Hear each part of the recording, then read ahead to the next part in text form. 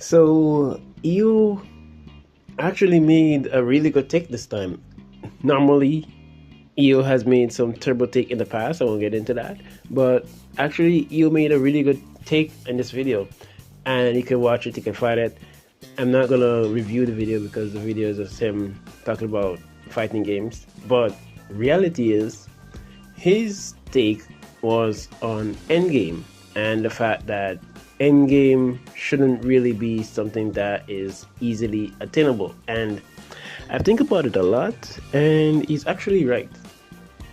If Endgame was just something that I can clear no matter what I use, like in Genshin, like in Wuthering Waves, then I wouldn't feel the need to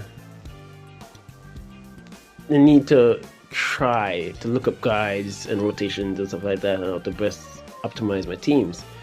So I think he's right in that area where a casual player is somebody else to log in, pull for the waifu or husbando, and then come off the game. Or just play for the story. Those are casual players. Or just play the story alone and don't even try the end game or try to get the max out of their character, which he's absolutely right about.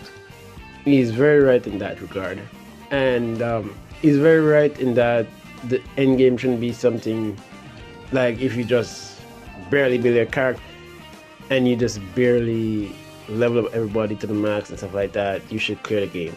You should have good rolls and relics and a well invested team, and then you can be able to beat endgame. And I absolutely agree with that.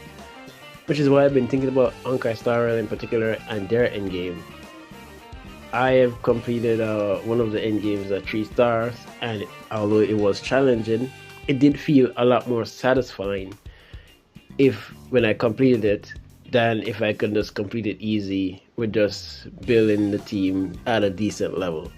I had to really invest in my team and build it a little bit more stronger, and it felt very rewarding.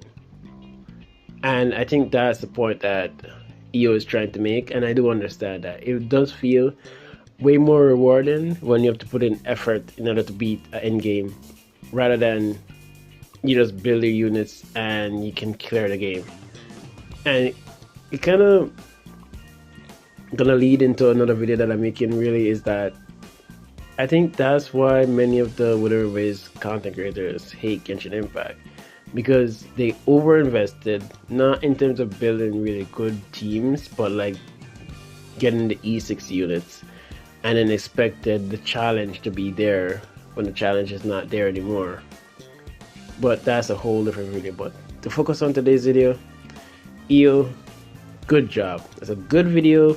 I highly recommend you guys to watch it. I know EO doesn't make good takes all the time, but this was a really good take. Endgame should be a little bit difficult and a little bit challenging as a goal for players to reach, rather than something that we should be gifted, and by just playing the game we should be able to get the rewards. I understand Honkai Star Rail situation is a little bit harder because the difference between endgame and story, as I said, I one-shot everything in story, but when it comes down to endgame, I do struggle a little bit.